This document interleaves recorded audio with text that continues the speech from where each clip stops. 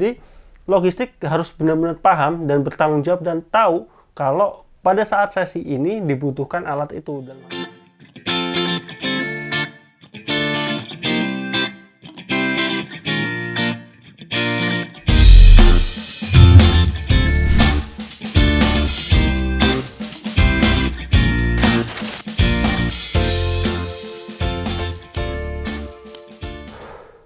Halo, selamat datang di Serangga Satu Channel. Masih bareng aku Ardiansyah. Di segmen kali ini kita masih akan ngobrolin soal terkait kepanitiaan ataupun acara kepanitiaan yang dalam hal ini kita lagi bicara masih meneruskan yang sebelumnya, yaitu apa saja yang kemudian bisa menjadi berantakan saat acara gitu, yang bikin rundown itu yang sudah kita planning matang-matang ya. Kalau dibilang matang mungkin enggak gitu, karena akhirnya kan juga berantakan ya. Maksudnya kita udah bikin rundown, ternyata pas hari H banyak sekali kejadian-kejadian yang bikin kita harus memutar otak nih terkait hal tersebut. Nah, di video sebelumnya kita udah ngobrolin soal berkaitan dengan keterlambatan dari sisi panitia, kemudian ada juga keterlambatan dari sisi peserta, dan juga keterlambatan dari sisi narasumber. Nah, kali ini yang kita obrolin adalah berkaitan dengan hal-hal lain lagi nih di luar yang kemarin itu ya, masih melanjutkan itu, yaitu teknis acara berantakan karena kurangnya persiapan dalam hal segi perlengkapan ataupun logistik. Ini sering juga terjadi, paling sering itu berkaitan dengan mic. Jadi mic-nya mati, sound systemnya mati, ataupun LCD infocus yang buat nampilin presentasinya itu tiba-tiba nggak bisa, ataupun ternyata pada saat kita koneksiin dari LCD ke laptopnya itu nggak bisa juga, mati juga gitu. Kita coba bahas satu-satu ya, berkaitan, walaupun ini teknisnya banyak ya. Yang pertama berkaitan dengan teknis sound system gitu. Nah, sound system ini wajib banget untuk dicek H-min sebelumnya, hari H-min sebelumnya, dan juga pada saat briefing pagi ataupun sebelum acara itu dimulai gitu. Jadi itu semuanya harus dicek, dipastikan tidak ada kendala, mic-nya nyala, sound systemnya nyala. Jadi ketika nanti pada saat pelaksanaan tiba-tiba mati, itu kita tahu berarti kesalahannya bukan masalah mic ataupun speakernya, karena kita udah ngecek nih paginya, oh ini berfungsi, berhasil segala macam, berarti kan ada sesuatu mungkin bisa jadi berkaitan dengan baterai ataupun roll kabelnya yang tiba-tiba konslet atau apapun. Yang penting kita pastikan terlebih dahulu. Nah, ini adalah tugasnya dari seksi perlengkapan ataupun seksi logistik ya, perlengkapan, untuk memastikan alat-alat yang akan digunakan itu bisa berfungsi gitu. Jadi banyak sekali yang harus bisa kita antisipasi gitu untuk mencegah hal ini terjadi ataupun untuk mengatasi agar hal ini bisa segera teratasi gitu. Yang pertama, ini sudah sekali lagi, seksi acara itu punya peran penting banget dalam menyukseskan sebuah acara. Tak terkecuali, walaupun semuanya juga berfungsi ya dalam artian, tetapi kalau kalian nanti nonton di video berkaitan dengan rundown, itu di situ aku menjelaskan kalau kamu bikin rundown itu tolong dituliskan perlengkapan apa saja yang dibutuhkan agar si logistik itu mempersiapkan dengan matang-matang perlengkapannya gitu. Nah, ini fungsinya di sini gitu. Jadi logistik harus benar-benar paham dan bertanggung jawab dan tahu kalau pada saat sesi ini dibutuhkan alat itu. Dalam hal ini kita bicara sound system, itu harus sudah sedia. Kalau mic-nya, jadi kalau di situ tertulis mic, otomatis dari pihak logistik itu juga harus memastikan baterainya, apakah di situ pakai baterai yang manual ataupun isi ulang. Kalau paling riskan itu memang yang sistemnya isi ulang ya. Kalau isi ulang ini dia agak riskan karena bisa tiba-tiba habis gitu. Makanya sebelum hari H ataupun sebelum dilaksanakan itu diisi penuh. Kemudian kalau mau ada check sound itu jangan kelamaan. Jadi takutnya nanti check soundnya lama banget, lupa istilah lupa dimatiin atau apa, baterainya juga keburu habis untuk check sound. Jadi itu diperhatikan. Kalau baterainya itu manual, nah ini lebih mudah sebenarnya karena tinggal disiapkan aja baterai cadangan. Ini penting banget nih yang namanya baterai kalau kalian sebagai tim perlengkapan ya. Baterai cadangan gitu. Kalaupun charging, kalau bisa ya juga ada baterai yang apa ya istilahnya untuk menggantikannya gitulah terkait hal itu. Makanya kalau sound system itu sebenarnya lebih enak kalau dia ada dua jenis mic gitu ya. Satu yang mungkin isi ulang, satu baterai biasa gitu. Karena ini sering banget terjadi, dan jangan acara itu hanya ready satu mic. Itu riskan banget. Jadi kalau ada satu mic trouble itu udah bisa ganti dengan mic lain gitu. Itu tuh dasar banget lah terkait perlengkapan untuk masalah sound system ini gitu. Jadi semua harus dicek segala macam, dan Kemudian harus ada yang standby berkaitan orang yang paham terkait ini pada saat acara berlangsung. Jangan sampai lagi materi tiba-tiba set mati, nggak ada yang bisa benerin, nggak ada yang tahu, mau ngotak-ngatik sound systemnya nggak ada yang tahu. Makanya si perlengkapan logistik itu harus standby juga gitu saat acara itu berlangsung. Jadi ketika tiba-tiba soundnya mati ataupun rusak ataupun mau nyeting apapun itu tahu gitu harus ngesettingnya seperti apa gitu. Jadi itu sound system itu sering banget kejadian. Kalau hal lainnya juga harus dipersiapkan. Intinya sebenarnya poinnya sama sih, dalam hal satu persiapannya seperti apa, antisipasinya itu harus dianalisa kira-kira yang akan sering terjadi apa aja gitu. Kemudian yang sering terjadi lagi ini kalau kita bicaranya materi, pemateri datang narasumber itu kan seringnya mereka juga bawa laptop sendiri. Memang sering bawa laptop sendiri, materinya itu udah bawa, pada saat dicolokin ternyata kabelnya nggak sama, nggak bisa, nggak sesuai gitu. Jadi kalau untuk colok ke monitor itu kan biasanya ada pakai kabel, itu ada HDMI ataupun VGA kan ya, itu untuk konektornya gitu. Nah ini sering banget trouble gitu. Jadi dalam artian pada saat kita ngecek gitu pakai laptop panitia, dicek ternyata pas pembicaranya itu pakai laptopnya sendiri dimasukin nggak bisa gitu. Ini sering banget terjadi dan sebenarnya untuk mengatasinya ini yang pasti satu, selalu usahakan kalau kita manggil pembicara atau materi itu kita dapat kopian filenya terlebih dahulu gitu. Kalaupun ternyata dari pembicara belum siap gitu untuk mengkopikan filenya, itu pada saat si pembicara datang itu siapkan flash disk ataupun hard disk yang tentunya harus aman dari virus ya, karena ini biasanya pembicara agak takut gitu kalau asal colok flash disk ternyata malah ada virus gitu. Ini sebagai panitia kita juga harus men-secure terkait hal itu dan dipastikan materi itu kita dapat sebelum pemateri memberikan materinya ataupun sesinya udah mulai gitu. Jadi ketika nanti ternyata pas nyoba dicolokin nggak bisa, ya bisa pakai laptop panitia gitu untuk dinyalakan gitu. Nah memang terkadang ada kendala-kendala juga dalam hal misalkan si pembicaranya itu mau menampilkan sesuatu, atau ini dah misalkan pembicaranya itu berkaitan dengan dia akan mempresentasikan terkait aplikasi tertentu gitu. Nah ini pentingnya briefing dengan seksi humas ataupun yang bertanggung jawab dengan pembicara itu harus tahu gitu, pembicara itu akan menampilkan apa saja gitu, PowerPoint misalkan mau menampilkan video atau menampilkan program apa gitu. Nah itu dipersiapkan gitu. Jadi itu jadi install di laptop panitia. Jadi ketika nanti dipindah antara laptop pembicara dengan laptop panitia itu semuanya bisa kebuka gitu. Seringnya laptop panitia ini nggak support gitu. Jadi misalkan aku pernah jadi pembicara berkaitan dengan pelatihan Corel Draw gitu. Ternyata pas disambungin misalkan ya laptopnya nggak bisa, pas disambung panitianya belum install itu. Jadi kan was the time, buang waktu untuk harus install dulu segala macam gitu misalkan gitu ya.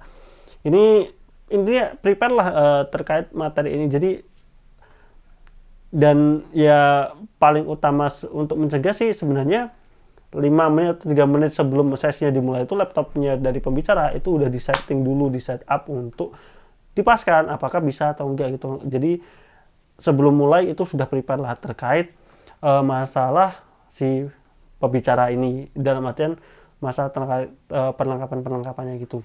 Terus masalah lain lagi yang berkaitan dengan logistik yang sering banget kejadian itu adalah alatnya nggak siap ataupun alatnya nggak ada. Jadi ini sering banget kejadian ketika acaranya itu tidak dalam satu lokasi. Jadi misalkan acaranya berpindah-pindah gitu. Acara pertama di ruang A, acara kedua nanti di ruang B, atau acara ketiga nanti ternyata di lapangan atau mana gitu. Nah ini harus diperhatikan. Ini juga sebenarnya solusinya sudah aku jelaskan. Pertama dalam hal planning itu, dalam hal rundown itu juga sudah aku tuliskan. Dalam buat rundown itu harus spesifik menuliskan lokasinya di mana, acaranya apa, yang dibutuhin apa. Jadi seksi perlengkapan itu sudah tahu bahwasanya sesi 1 perlengkapannya ada di lapangan, sesi 2 itu ada di ruang kelas. Berarti dalam sesi 1 dan sesi 2 itu ada jeda waktu yang harus digunakan dari seksi perlengkapan untuk memindahkan perlengkapannya dari sesi 1 ke sesi 2. Nah ini penting banget gitu. Jadi ini aku sering ngalaminnya itu kalau acara-acara jenisnya outbound gitu ya. Jadi panitianya udah mencar-mencar di tempat outbound-nya, tempat misalnya outbound-nya banyak lokasi kayak gitu, ternyata kita butuh alat ini, alat ini lagi dipakai di outbound yang lain gitu, sedangkan dari sesi perlengkapannya kurang prepare untuk itu gitu. Jadi dalam segi planning seperti itu gitu. Kalau dari sisi di lapangannya ya mau nggak mau ini panti harus cepat tanggap gitu. Kurangnya apa? Nggak harus perlengkapan, siapapun yang ada di sana yang memang tidak bertugas ataupun memang punya waktu kosong, silahkan langsung tanggap. Butuhnya apa, ada di mana langsung lari aja ngambil alatnya gitu. Kalau misalnya nggak ada solusi saya lagi apa, beli, nah itu semuanya pemain ya semuanya harus tanggap gitu. Kalau memang ternyata ini dibutuhkan dalam si materi dan waktu belinya panjang, diinformasikanlah ke narasumber, bisa nggak minta tolong, kita butuh waktu misalnya 5-10 menit untuk beli alat ini gitu. Jadi semuanya masih bisa ke handle, si narasumber bisa mengalihkan ke kegiatan lain yang tidak membutuhkan alat tersebut gitu. Dan nanti kalau misalnya alat udah datang, oke, kita lanjutkan dengan perlengkapan itu gitu. Oke, nah berikutnya kita udah ngobrol dua nih, kita satu lagi ya biar nggak kepanjangan. Nanti kalau misalkan ada yang kira-kira kalian sering temuin kendala apa lagi gitu, nanti tulis di komentar ya gitu. Kalau misalkan memang butuh penjelasan dan aku bisa menjelaskan sedikit, nanti mungkin akan aku bikin video part berikutnya. Tapi yang kali ini yang aku mau obrolin ada berkaitan dengan teknis makan ataupun teknis isoma gitu. Ini kalian sering banget ataupun kita itu sering banget kebobolan jam berkaitan dengan isoma ini. Jadi isoma itu kan istirahat, sholat, dan makan itu. Misalkan adalah isoma jam makan siang, isoma zuhur gitu ya. Biasanya acara itu stop di jam 12, nanti lanjutnya lagi jam 1, tergantung ya dari sesi-sesi acaranya gitu. Kalau dari masalah kepanitiaan acaranya itu ya tetap planningnya tetap di rundownnya harus di planning matang untuk mempersiapkan jam-jam tersebut gitu. Nah, kalau untuk dari sisi pelaksanaannya ini yang harus diperhatikan adalah teknis bagaimana cara sholatnya, pembagiannya seperti apa gitu. Jadi kalau misal acara adalah penerimaan siswa baru, kan di sekolah biasanya ada musala atau masjid. Musala dan masjidnya itu cukup untuk kapasitas berapa gitu. Kalau memang kapasitasnya itu kalau misalnya dihitung semuanya itu ada 2 kali pergantian, istilahnya sesi 1 dulu sholat, nanti dari sesi 2 ya udah, berarti teknisnya itu harus diperhatikan dulu, teknis sholat itu. Jadi kalian harus bisa memperhitungkan waktu untuk wudhu. Nah ini juga seringnya kan kalau di sekolah itu kan tempat wudhu juga terbatas gitu. Jadi kalau misalkan break gitu untuk semuanya disuruh sholat, itu kan nanti jatuhnya ngantri tuh. Nah kalau misalnya tempat wudhu harus diperhitungkan, kalau kurang ya bikinlah tempat wudhu khusus untuk acara tersebut itu. Itu aku sering banget sih kalau dalam acara-acara, biasanya acara-acara yang gede ataupun acara-acara pramuka, perkemahan itu kita bikin tempat wudhu khusus gitu, tempat wudhu tambahan tuh untuk menjaga waktu acaranya ini bisa on time gitu. Karena kan kalau sholat itu sebenarnya yang paling lama itu di wudhunya ya. Kalau kita bicara ini ya, kalau kita bicara acara besar gitu, karena kan harus ngantri gitu. Kalau sholatnya kan sebenarnya singkat ya, 5 menit juga harusnya biasanya selesai gitu dalam 1 kali sholat. Jadi biasanya wudhunya itu yang lama gitu. Jadi itu harus diperhatikan sesinya, pendampingnya.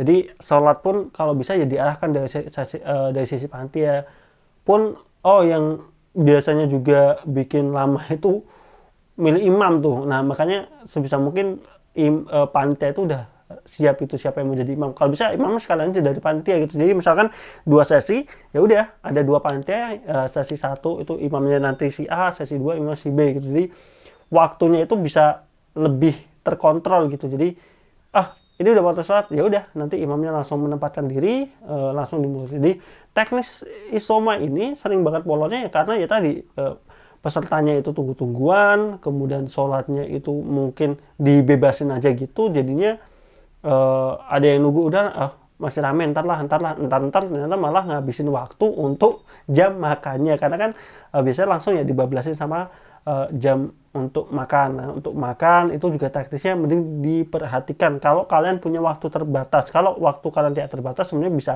dibebasin aja, kayak dikasih misal waktu untuk makan 30 atau 45 menit gitu. Tapi kalau waktu kalian terbatas, ya sebaiknya kalian planning gitu, istilahnya cara makannya mungkin bareng-bareng atau seperti apa gitu. Jadi itu di planning aja gitu untuk isomannya gitu. Jadi secara acara dan lain-lain tidak masalah gitu. Nah, berkaitan dengan makan, ini juga sebenarnya ini jarang sih, tapi bisa aja terjadi, yaitu makanannya belum siap ataupun cateringnya terlambat.